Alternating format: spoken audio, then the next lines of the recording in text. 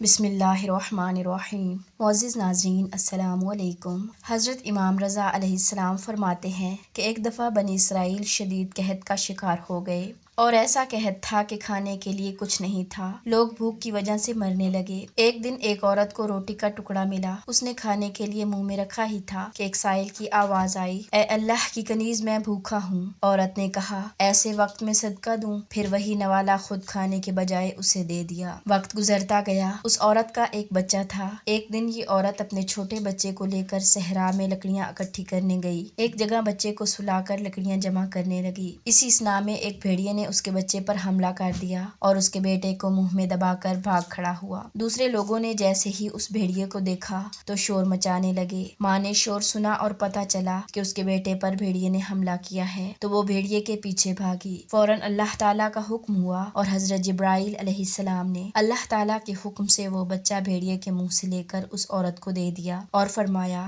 اے اللہ کی کنیز، کیا اب راضی ہو؟ یہ نوالا اس نوالے کے بدلے جو تو نے اس مشکل وقت میں ایک بھوکے کو دیا تھا۔ معزز ناظرین، صدقہ ایک ایسا عمل ہے جس میں ہم اپنا مال یا وقت دوسروں کی مدد کے لیے استعمال کرتے ہیں۔ یہ ایک نیک عمل ہے جو ہمارے ایمان کو مضبوط بناتا ہے اور ہماری روح کو پاک کرتا ہے، اور ہمارا دیا ہوا صدقہ کہیں نہ کہیں دیر سے یا جلد ہمیں فائدہ ضرور پہنچاتا ہے۔ ہم سب کو صدقہ کرنے کی کوشش کرنی چاہیے تاکہ ہم اللہ کے نزدیک بلند درجہ حاصل کر سکیں، اور صدقہ موت کو بھی ٹال سکتا ہے۔ اسی لیے ہمیں کوشش کرنی چاہیے کہ اللہ کی راہ میں صدقہ دیں تاکہ بہت سی مشکلات سے بچا جا سکے۔ اللہ تعالیٰ سے دعا ہے کہ اللہ تعالیٰ ہم سب کو اپنے حفظ و امان میں رکھے، آمین ثم آمین۔